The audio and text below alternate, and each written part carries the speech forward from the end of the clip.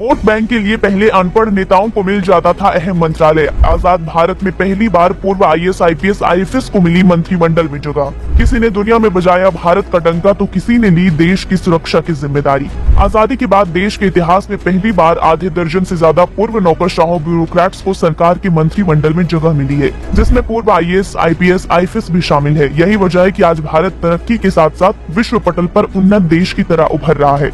IT sector से लेकर railway तक, एनर्जी हब से लेकर इंफ्रा तक, आज भारत के हर मंत्रालय को बेहतरीन लीडरशिप और विशेष तजुर्बे का मार्गदर्शन मिल रहा है। 2014 से पहले तक वोट बैंक के लिए पार्टी के चुने गए नेता जो ठीक से पढ़े लिखे भी नहीं होते थे, उन्हें किसी भी मंत्रालय का मंत्री, यहाँ तक कि पूरे राज्य का सीएम भी बना दिया जाता था। हालांकि उन्हें उस डिपार्टमेंट की 30% भी नॉलेज नहीं होती थी और मंत्री आईएएस, आईपीएस को निजी तौर पर हायर करके इन्हीं की सलाह पर अपने मंत्रालय को चलाते थे। लेकिन आज वही नौकरशाह फ्रंट फुट पर अपने डिपार्टमेंट को संभाल रहे हैं। तो आज हम मोदी सरकार के 5 ऐसे मंत्रियों के बारे में बताने जा रहे हैं जो कभी नौकरशाह थे और आज देश के अहम मंत्रालय संभाल रहे हैं।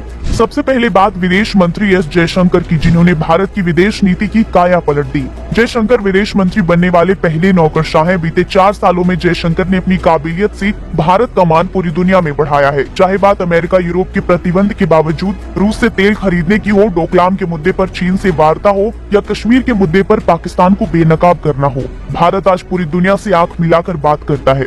दूसरे नंबर पर है पेट्रोलियम और शहरी विकास मंत्री। विदेश सेवा के पूर्व अधिकारी रह चुके हरदीप सिंह पुरी को लगभग 6 एकड़ में फैले नए संसद भवन के निर्माण का जिम्मा मिला था, जिन्होंने वर्ल्ड क्लास सुविधा, डिजिटल सहित मॉडर्न टच के साथ मात्र 29 महीने में नए संसद भवन को बनवा कर तैयार किया है, जो कि अपने आप में एक रिकॉर्ड है। जहां पहले कोई बिल्डिंग बनवाने के लिए दशकों लग जाते थे, आज नया संसद भवन सरकार के कामकाज के प्रति गंभीर होने का परिणाम है। न सिर्फ रफ्तार से काम बल्कि क्लीन एनर्जी के क्षेत्र में पेट्रोल डीजल पर निर्भरता कम करने के लिए पुरी ने 20% इथेनॉल ब्लेंडिंग पहल की शुरुआत की, जो कि पेट्रोल डीजल से काफी किफायती और इको फ्रेंडली है। पेट्रोल के साथ एनर्जी के क्षेत्र में भी मोदी सरकार के बिजली और रिन्यूएबल एनर्जी मंत्री आरके सिंह झंडे गाड़ रहे हैं। आरके सिंह पूर्व गृह सचिव भी रह चुके हैं। आपने देखा होगा कि पिछले कुछ सालों में बिजली की खपत बढ़ रही है। सबसे ज्यादा आबादी होने की वजह से हमें ज्यादा एनर्जी की जरूरत होगी। इसके लिए सरकार ने बिजली और रिन्यूएबल एनर्जी मंत्रालय को एक ऐसे हाथ में दिया है जिन्होंने विंड पावर के प्रोडक्शन के मामले में भारत को दुनिया का चौथा देश बना दिया। भारत अब solar energy, wind power, biomass जैसे क्लीन एनर्जी से बिजली बना रहा है। 2021 में देश में 40% बिजली रिन्यूएबल एनर्जी रिसोर्सेज से हासिल किया था। पिछले 9 साल में रिन्यूएबल एनर्जी प्रोडक्शन में भारत की क्षमता में बढ़ोतरी विश्व की अन्य बड़ी अर्थव्यवस्थाओं में सबसे तेज है।